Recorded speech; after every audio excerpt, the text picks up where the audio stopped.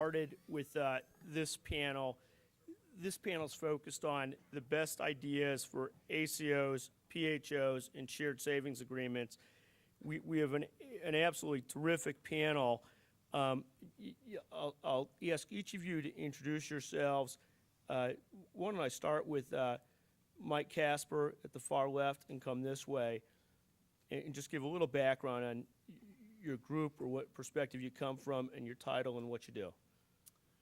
Well, good afternoon. It's always good to be in a big room with not a ton of people. That makes you feel great. But let's start with introductions on this end. I'm Mike Kasper, and I'm the CEO for DuPage Medical Group. We're one of the largest independent medical groups in the region. We have about 400 physicians, really more of a health services organization. So we have surgery centers, imaging, and other services that we offer through the organization, and we'll hit revenues close to $500 million this year, and work with many of the folks, or at least two of the three other partners on the panel. So really excited to be here. My name's Mike Englehart. I'm the president of Advocate Physician Partners. We call it APP. APP is part of Advocate Healthcare System, which constitutes 10 hospitals and about $4.8 billion of revenue.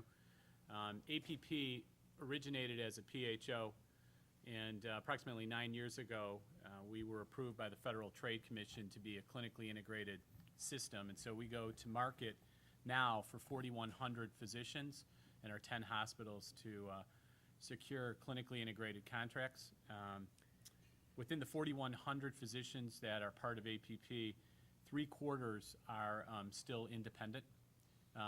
We do have two medical groups. One is called Advocate Medical Group with just about 900 physicians, and then we have Dreyer just north of 250. And so my colleague to the right was part and parcel of a conversation we had about 3 years ago to develop a shared savings agreement with Blue Cross Blue Shield, and we've worked through that relationship.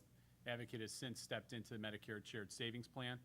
So between those two, one an ACO and the other a shared savings plan, we have somewhere north of about 300,000 lives that we're responsible for on a daily basis and have some risk tied to it. And both Michael Kasper and Mike Englehart, phenomenal panelists and perspectives. Mike Kasper, I've been on the panel with several times over the years, but runs the largest independent physician group in the area, to my knowledge, and has been able to try and navigate between different systems as this has evolved. Michael Englehart, an advocate, widely nationally recognized as getting way out in front of shared savings agreements before there really were ACOs and so forth, and have used some of that knowledge, and what they've done has changed some of the competitive environment in Illinois. Scott Sarran, great panelist as well. Scott, why don't you give your background, because I'll see that you're the other part of what was the evolution of a lot of that.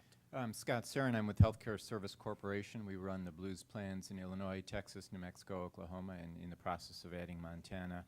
I'm Chief Medical Officer for Government Programs, and I'm heavily involved in our value-based care work with providers. And you were involved in a lot of the development of the work with Advocate, and which has changed a lot of the landscape here, right, and has been viewed as a model nationally. And we've got about 12 to 15 other ACO arrangements very similar to that in the pipeline across our states. Michael?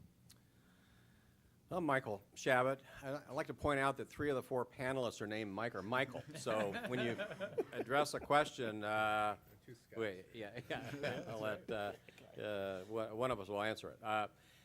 I am the Chief Medical Officer for the Memorial Hermann Healthcare System in Houston, Texas. It's a dozen hospitals, and I chair our ACO board and work with our physician groups that started on clinical integration about 6 or 7 years ago, much in the way and following Advocates' development of ACO of clinical integration, and that has turned out to be a useful prerequisite step for becoming an accountable care organization I would say, by finishing my introduction, we didn't know that at the time. I'm not sure we knew the term ACO at the time, but it made sense at the time and makes even more sense now. In terms of the aggregation of physicians between independent and employed, I think Mike Englehart had noted that they're about 3/4 independent of their 4,100 physicians. I remember that number a little bit off. How about yourselves in terms of going to market as a clinically integrated or vertically integrated system for shared savings? What's the percentage of employed through a foundation or completely independent that's part of your efforts? Well, good question, Scott. The South Texas area, southeastern Texas area, Houston in particular, is one of the last bastions in the United States of the solo practice independent physician. So for physicians in the area, including our own, the average group size is 1.75 physicians. There's only one large group in the greater Houston area. The second largest group disintegrated in a bankruptcy about 12 months ago. So there's really none. We have we have about 5,000 physicians on our medical staff. We have around 4,000 in our IPA. Of those, 2,100 are in clinical integration. Those are the ones who agreed and who are performing in terms of reporting data. Most of them are in solo private practice.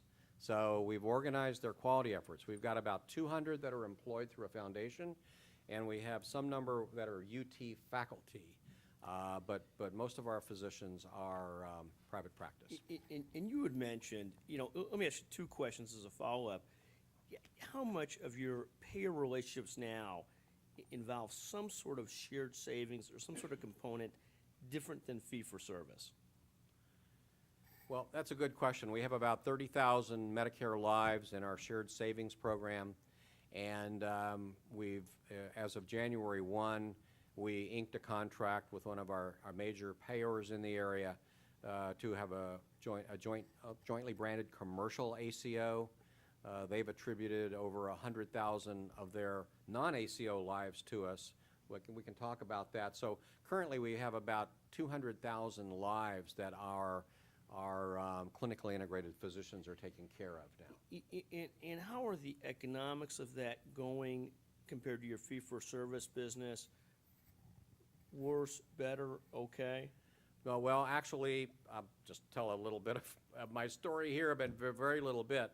The payer, which is Aetna, it's not secret, came to us because they actually wanted to move more lives into our care because their costs were 8 to 10% less than the other providers in the area, and our complications and mortality were far less.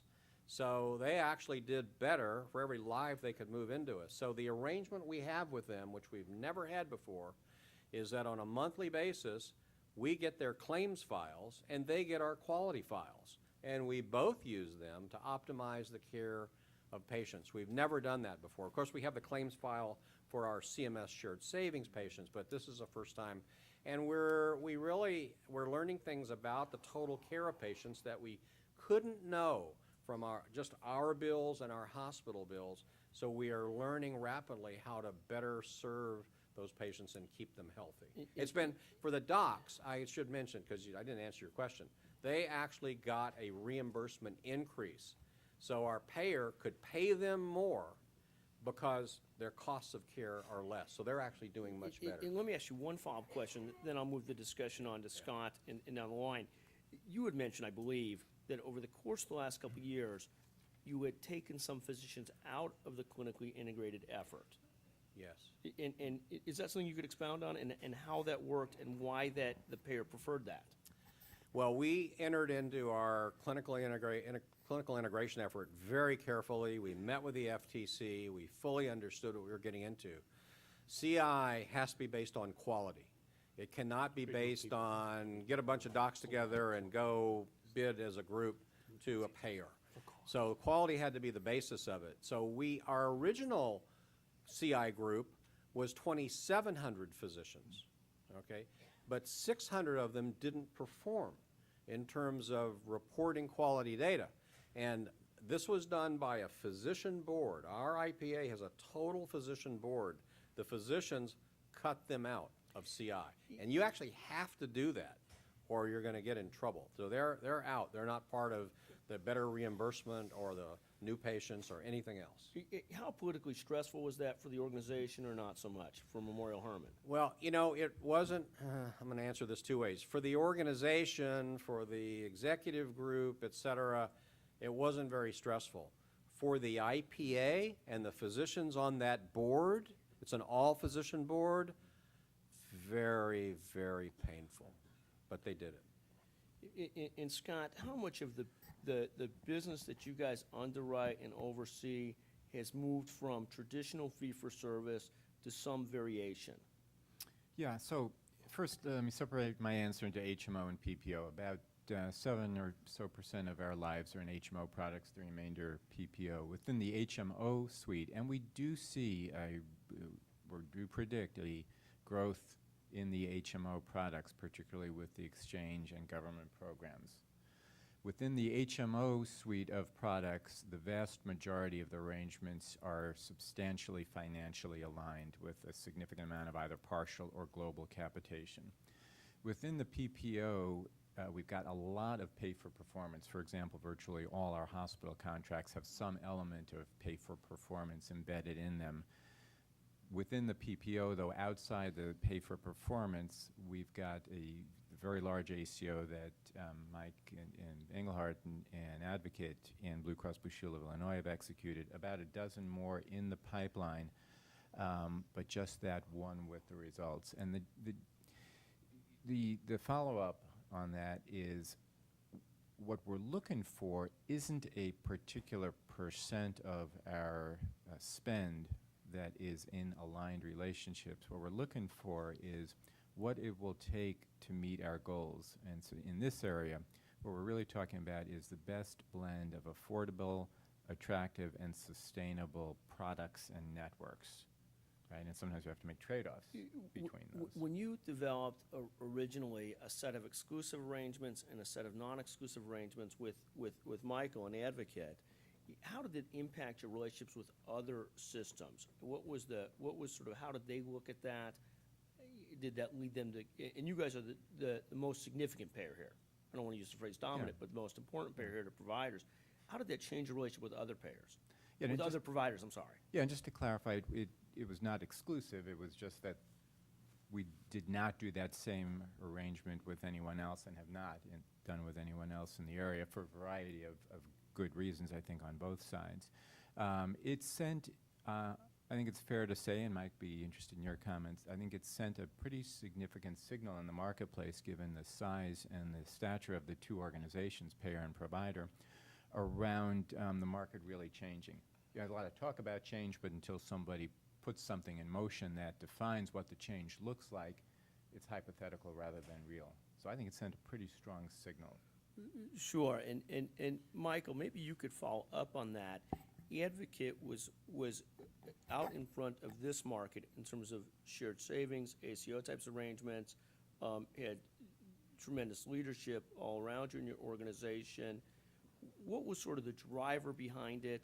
And long term, do you see taking leadership in it actually paying off long term, or do you think you'll drag everybody downhill? That's quite the alternative.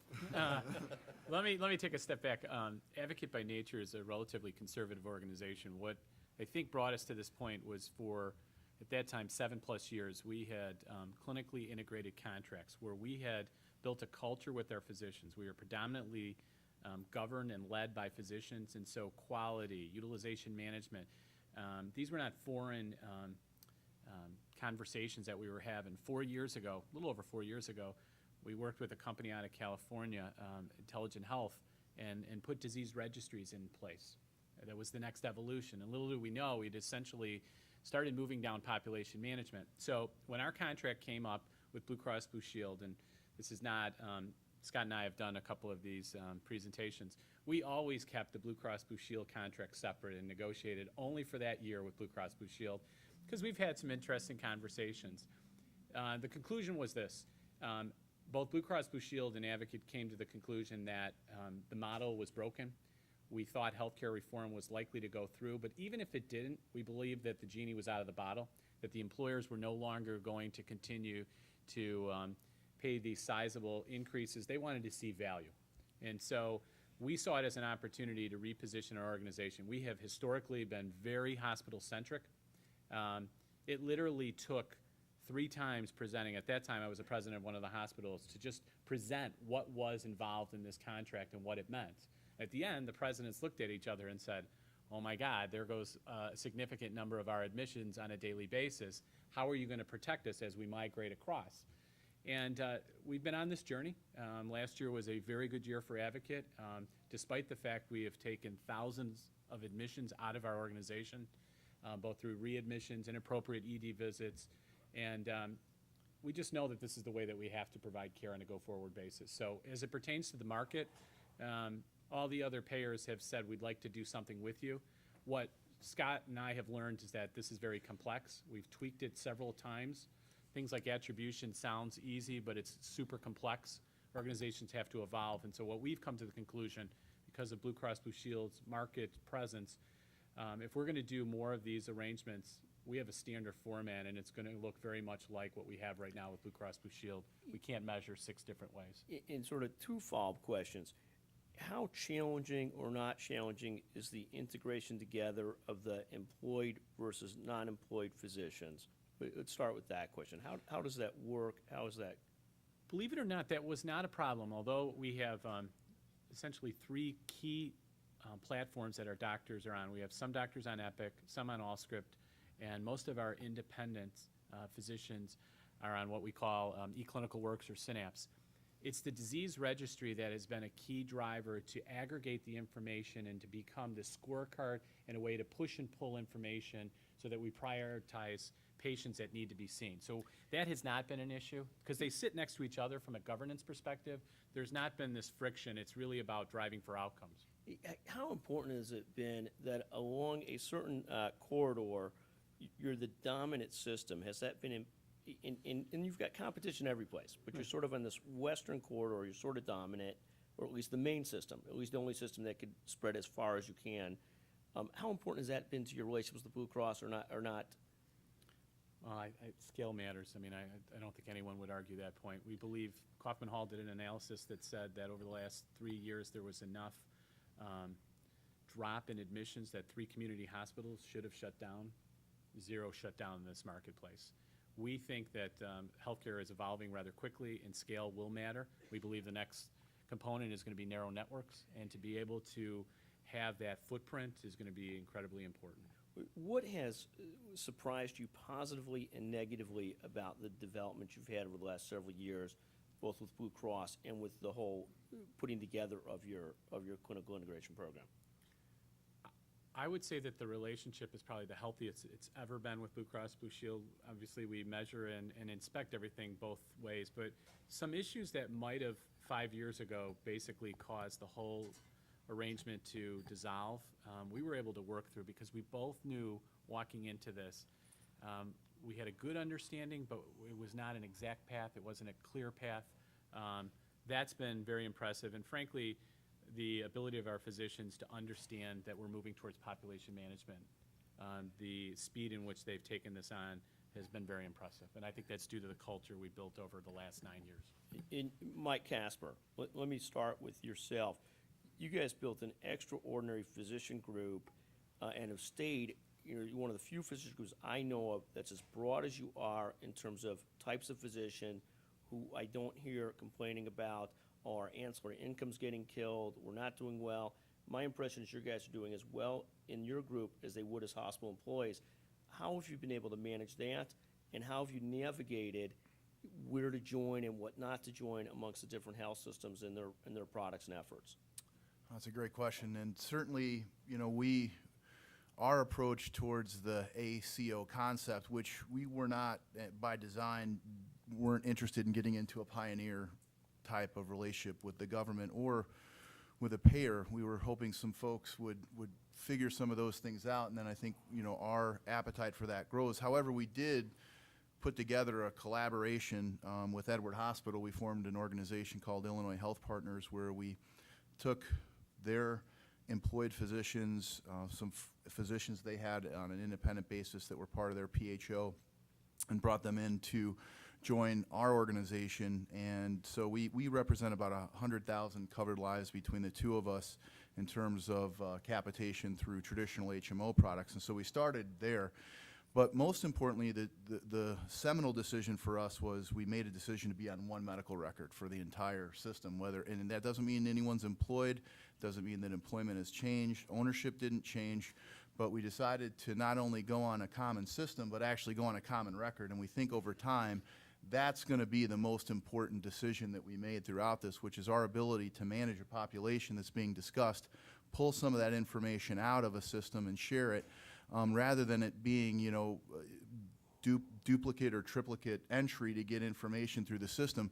We're going to be able to do that on a real-time basis, but most importantly, it's at the point of care. How much day-to-day, you've got 400 physicians, large number of folks that were heavily independent and stayed independent. How much day-to-day do you have to deal with keeping everybody on the same page and not having people picked off by systems as employees because there's such a desire by the systems to employ their doctors?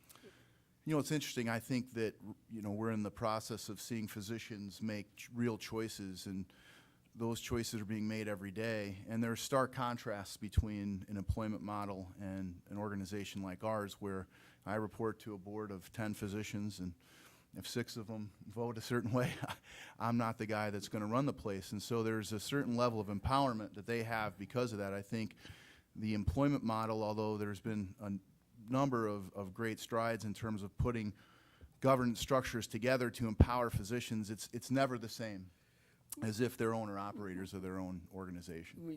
We see in some markets, obviously, the movement towards employment, but we do see in some markets the movement back from employed or semi-employed back to independent physician groups. Is there any sustainability to that as an independent physician group? I mean, well, I look at my experience in probably 20 major metropolitan areas. I was on the payer side for a long time, and I guess, you know, the song remains the same. At first, you don't succeed, try again. I do think that the employment model will do better than it's done historically, but I don't think it's going to be a wholesale solution. I don't think anyone would believe that, but there are some circles that believe that that's going to happen. And I would say, A, that's dangerous to have one model for physicians to operate in.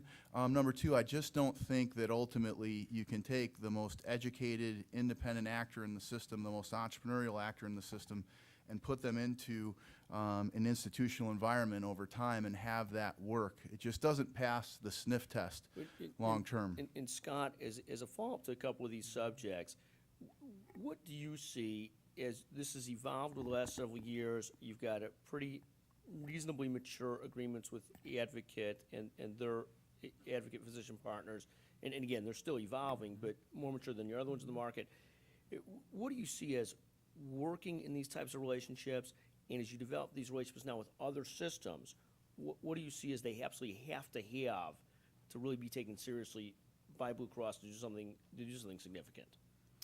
Yeah, so first of all, I'd say that doing ACO work, which we operationally define as total cost of care-based arrangements using a PPO benefit structure as opposed to HMO, and including some upside and downside risk. So that's sort of just how we operationally define it. So the first comment I make is we do not think there is easy money in this. So if anybody's approaching this from the provider side thinking about, gosh, how are we going to split a huge bucket of money here, that's a fallacy. It's a misconception that we want to deal with right away. This is really hard work. It's transformational work. There's infrastructure investments required. There's new technology, clinical programs, et cetera. And at the end of the day, somebody's paying for those new investments. So that's really first, is we want to make sure that people are realistic about the transformation it takes. And just to put a fine point on that, what we often see is people who sort of bluntly feel that a little bit of continued quality improvement, and we're all on a quality journey, and I think that journey's been set in motion, and we all know it's a journey that has to continue regardless of changes in payment methodology. But we see a lot of people come to us saying, well, we're high quality, pay us because we're high quality, and if we ratchet our quality scores up another notch, that'll justify you paying us more. And the answer is no. This is set aside the need for continuous quality improvement, but this is about driving cost out of the system. And do you get that approach from large, sophisticated systems as well as small practices? Yeah, if anything, I'd say that the physicians that approach us from physician-led entities understand how to take money out of the system because they look right across the street at the hospital. For the hospitals, I think they kind of get it. Advocates certainly did, but it's really painful.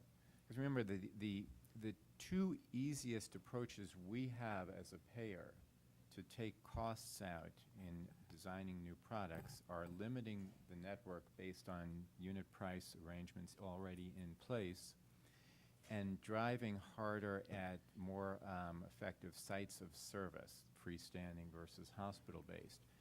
Well, when we have these discussions, ACO-type discussions with a hospital entity, first of all, in general, these discussions are occurring with relatively high unit price hospitals. Some exceptions, but in general, high unit price hospitals. So they're already at a disadvantage to driving to a lower cost. And they're not going to move, by and large, they're not going to move site of service away from their facilities. So they've already started, in essence, 2 steps behind the starting line. Add on to that the investments they've got to make in their technologic or clinical infrastructure to succeed. They're 3 steps behind, meaning they got to do a lot of hard work to really drive savings. You have systems here that at one time no payer could go around. That if you were white collar in the city, you had to have Northwestern in your network, and Northwestern had a tremendous call because of it. How has that evolved over the last couple of years? How does that change? Yeah. How is this dynamic changing, or is it changing? Yeah, the first cut on that is it is so market specific, dependent on whether there's true provider competition in the market. Where we have multiple credible players in a market, we do see as the exchanges play out, and it will probably take 2 to 3 years rather than a 1-year sales cycle. But as the exchanges play out, we don't think there is any arguing with the reality of the increased cost sensitivity as we shift from employer gradually to individual buyers. And we do see systems that stay fee-for-service and high unit price as being gradually left out. Unless they could be so brand strong or so viewed as so critical to, or even there. The attributes you described in terms of being basically so brand strong that they have to be in, they're a must-have, I think applies to employer-sponsored coverage when you've got an employer buying health insurance on behalf of, let's say, 10,000 people.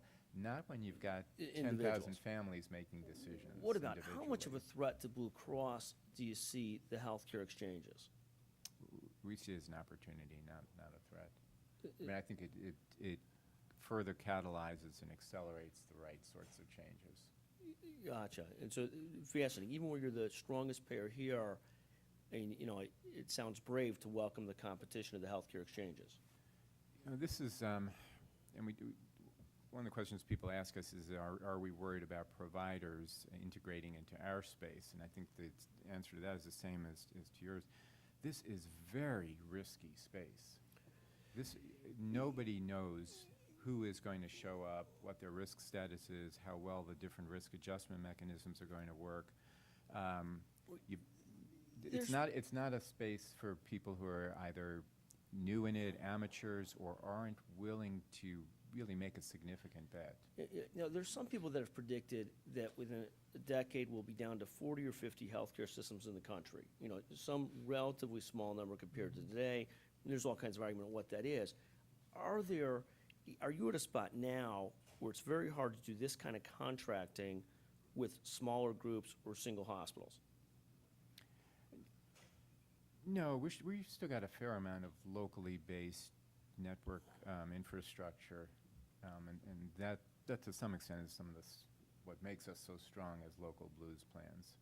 Because we recognize, and Michael, you pointed out how significant an amount of your physicians are still in solo practice. This stuff is so markedly specific.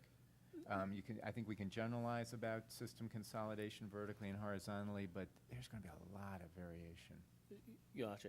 And Michael, let me follow up on that question. And then also, what do you see working on your efforts towards shared savings, ACOs? What's working, what's not working?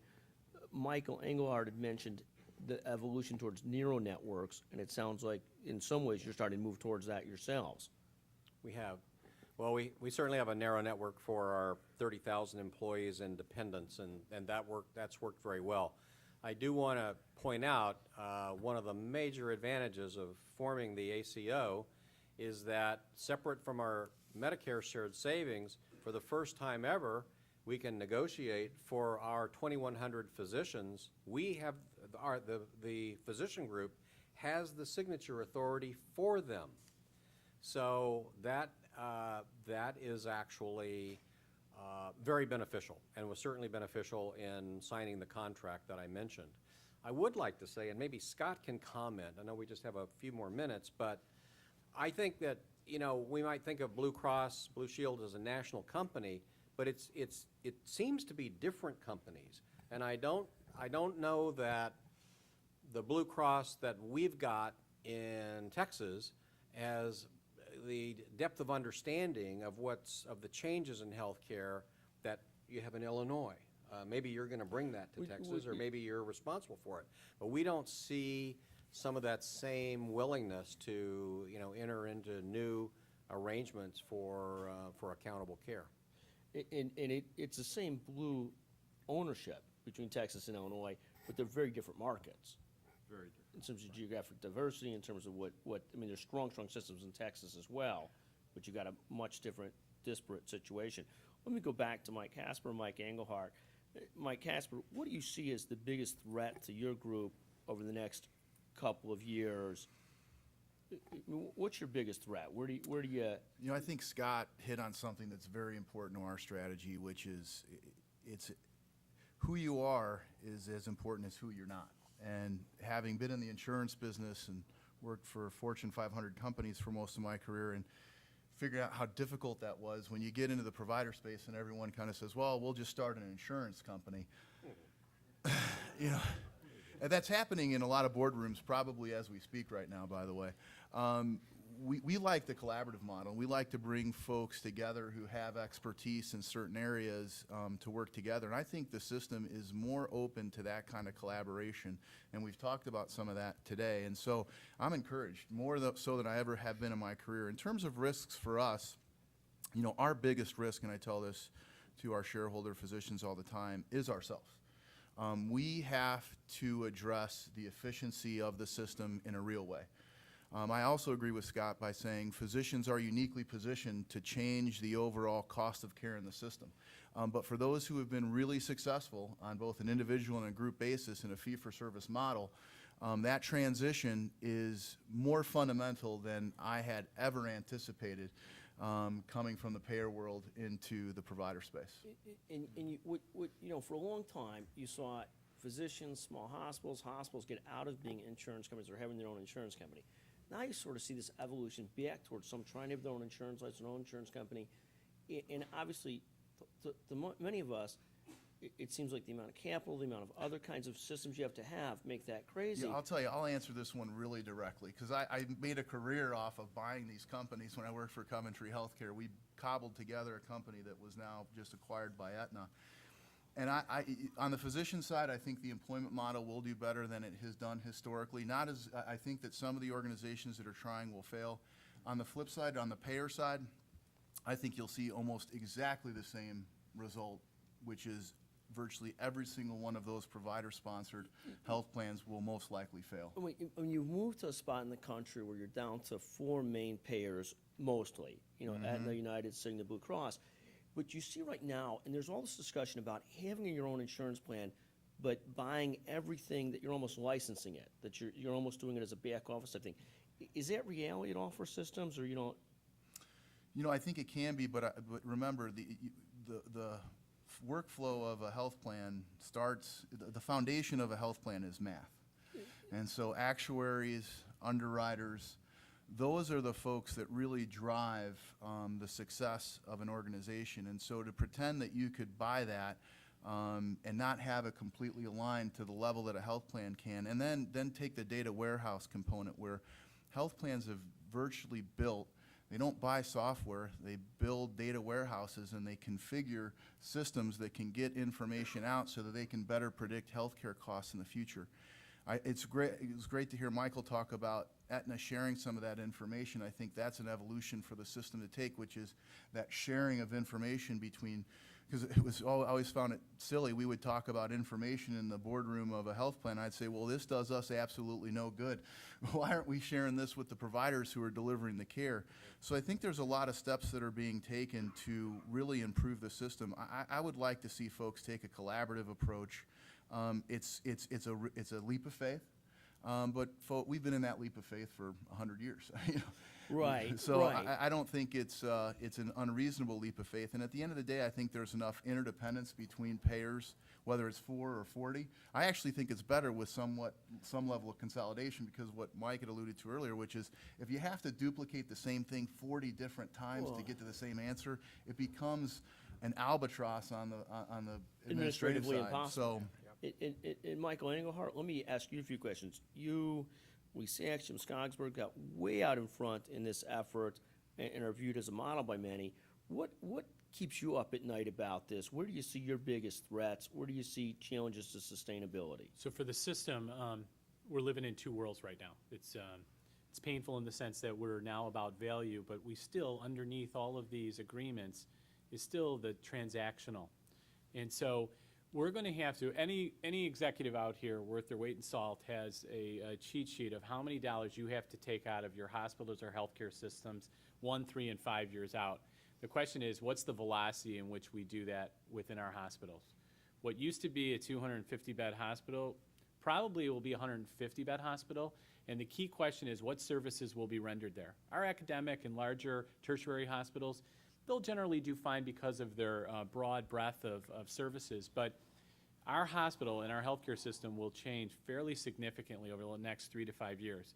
It's the velocity of change within our system that's going to be the biggest challenge, and I think we're of the mindset we're going to hit the accelerator and just keep going. When about 10, 15 years ago, late 1980s, the government took some money out of the healthcare systems, and they saw a lot of this velocity, erosion, layoffs, and so forth.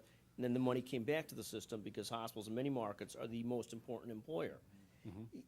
Every month we see reports. Last month, about 15 hospitals did layoffs. The month before, about the same kind of thing. How much concern is there about sort of the economic displacement of people as you move to a different system?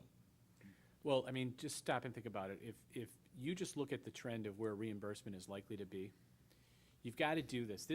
We spend a lot of time with strategic plans about bricks and mortar. You need a strategic plan just to migrate through the next 5 years. And if you are a faith-based, non-for-profit, and you do have those stewardship responsibilities in your community, you can't do it all of a sudden realize, oh my God, we're going to miss our number for this year, and so we're going to lay off 200 people. You've got to be methodical. You've got to look at attrition, early retirement. You've got to start thinking about these things, because there still will be tough decisions, but shame on the leaders that don't take the time now to at least try to plot out what the next couple of years looks like. And you're kidding yourself in most markets if you think you're going to grow your way out of this problem. Unless another hospital goes down or there's a major acquisition in the marketplace, we've had to talk our presidents back into the reality of the new norm. And that's what we're working through now. We spend more time looking at how to take out waste in our system than we probably do on anything else right now. And if one of the biggest costs is staffing cost, how much time is spent on just trying to control the hiring, the growth in hiring? Yeah, so you're putting in hiring freezes. You're coming back to the new reality of the census that is sitting in each one of your units. Do you need all of those units open? And so if you think through it methodically, you can start to take the less painful route, the more compassionate route, and that's what we're focusing on. And we're not coming in with these magical, don't worry, we're going to hit this number as far as volume. We've got to have a reality check when we go through our budget process that we've not had historically in the past. And, it's a very challenging time to be a hospital president, to be honest with you.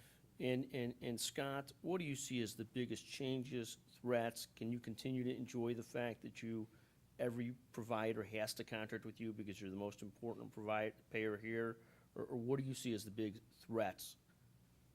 Well, I think on a macro level, the biggest threat to all of us is if we don't create, if we don't get better control of healthcare costs, because it's just unsustainable.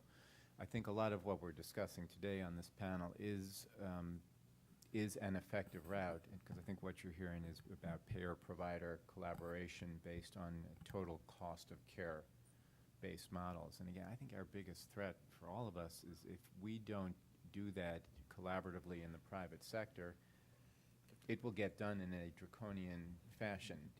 How that plays out will depend on who's controlling Congress and the White House at the time it plays out, but it won't be pretty for any of us. And Michael, you're in a state that's still solvent compared to Illinois. And so do you have any, somebody mentioned that Illinois was the 49th, so there's one state that we're better than. So hey, it's Michael, in terms of What's the question? what's the biggest threat you see to your system, to these efforts over the next 5 years? Where does Well, it is a different market, and Texas and Southeast Texas is actually growing, and there will be some growth out of problems because we're adding about 100,000 residents a year. That's different from most parts of the country. But I think Scott said it exactly, that the macro system is unsustainable. We're going to be a great big Greece in a few years if we don't control healthcare costs. We simply won't be able to borrow enough money from China to make ends meet.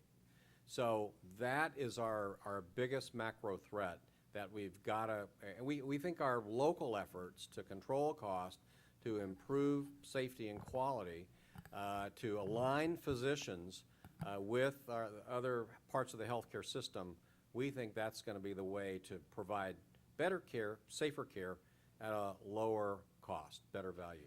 So we're trying to avert the disaster that's going to come if we don't change. And in doing so, will you be able to stay free for service and keep the healthcare exchanges out in Texas? Well, the healthcare exchanges are coming in October. They're just going to be federally operated. So we won't have Medicaid expansion, but we do expect a significant number of other uninsured citizens to go into those exchanges. But moving uninsured to them doesn't cause anybody great concern. It's the movement of good-paying commercial patients that causes concern. We're just going to continue to hone what we do to provide better value and keep patients out of our hospitals, we have those same issues with our hospital CEOs, and that's just the reality. When we reduce readmissions, when we reduce length of stay, I got to tell you, we've reduced our NICU volumes 40% by eliminating early elective deliveries, and we did that in the course of 6 months. So those are big shocks to the system. We got to get over it. Thank you. Let me do this. We've got a couple minutes till people come out of other sessions and our keynote speaker comes here. We've got just an absolutely great panel. Are there a couple questions from the audience? Is anybody that has a question for this group?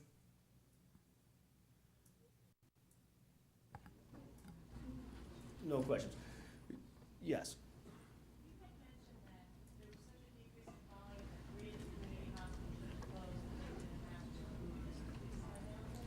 Well, if you look, this community is overbedded.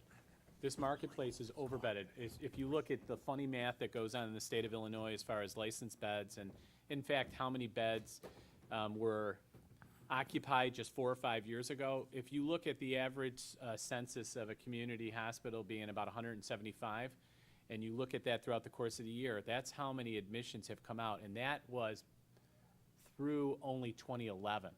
When you start to look at 12, which we all saw in this marketplace, a precipitous drop-off in admissions, largely due to the macro issues and also people and doctors and healthcare systems working on this. It's a lot of faith-based organizations, the employer in the marketplace, and there's going to be more consolidation most likely in the marketplace, or just entities that are going to cease to exist over the next 5 to 7 years. It's just not sustainable. It wasn't specific hospitals that No, had no lost their specific, census. just a global. Right. So the market is such that they really should have closed. So But they're just staying open and losing money, or like, how did they stay open? It wasn't specific hospitals, it was the total amount of admissions that went total down. admissions. So Their investments help to keep them afloat, and the market hasn't been too bad for the last 18 months to 2 years. So let's be honest, that's what's helping to float some of these hospitals. Well, and our perspective on that is, I think what Mike, you're describing is everybody soaked up the pain somewhat Yes. across the board. I think as we move towards tighter payer-provider collaborations and narrow networks and the kinds of close working relationships it takes to do this kind of work, I think we're going to see the pain disproportionate. Yes. The next hit could be very painful I for mean, some you'll- And instances. you'll some will, really- right, we think there will be winners and losers on the payer and provider side in a way that's not occurred recently. when you say that, what you mean is that well-defined, well-run neural networks will end up with greater volumes of the business, and others will end up out of it, really. But let me ask a question, is there another question or two? Yeah, Scott, there was an interesting article in the New York Times the other day about hospital costs. Now, obviously, you know the costs because you know the charges, not costs. but Prices. charges. Charges. Charge One master, separate right. charges for Yeah. costs. I think one of the biggest problems is that nobody in the hospital business really knows what their costs are. Or if they do, they're inflating them dramatically. As things get more standardized and things get more transparent, there's gonna be a lot of room for systems that know their costs and know how to improve their, Let me take a stab at this. I respectfully disagree on that point, and let's take a step back. Who sets the pricing? The federal government does. Medicare says we must be the lowest provider. The way that we have evolved as a healthcare system, it's a multiplier of Medicare. It's not the right system, it's wrong, but it drives me crazy when you turn on Morning Joe and you've got the gentleman who wrote the article for Time. Look, there's some truth to what he's saying there, but the God's honest truth is this. Medicare set the table, and then all managed care contracts thereafter tended to be a multiplier of Medicare. Then you had outliers and all these other things. I'm not saying it's right. I'm just saying it's a faulty system. I think transparency through the exchanges. I think if you don't know your costs as a hospital, you're going to be in a lot of pain because, frankly, you're offering services and you're only doing 60 heart cases a year. Guess what? You are probably losing money. You just don't know how to do good cost accounting to totally account for the total cost of care and what you're expending on just 60 cases, let alone whether or not it's a center of excellence. So I think there are some systems that are weak in this area, and they're going to have their come to Jesus. But ultimately, I think that the pricing, that's a byproduct of just a faulty system and how we've all evolved. you're singing in the same choir. Yeah. I mean, I think that, but I think there's a lot of room for improvement Oh, gotcha. within hospital pricing. Sure. And also, if you know your costs, then you can actively manage your processes. Yes. And you can bring those costs down and provide value. That's right. I agree with that 100%. Great. Let's do this. Let's wrap up this panel. I think Scott, Michael, Mike, that hopefully you guys will be around for a few minutes if people have follow-up questions, but just a terrific experience. And thank you, gentlemen, very much.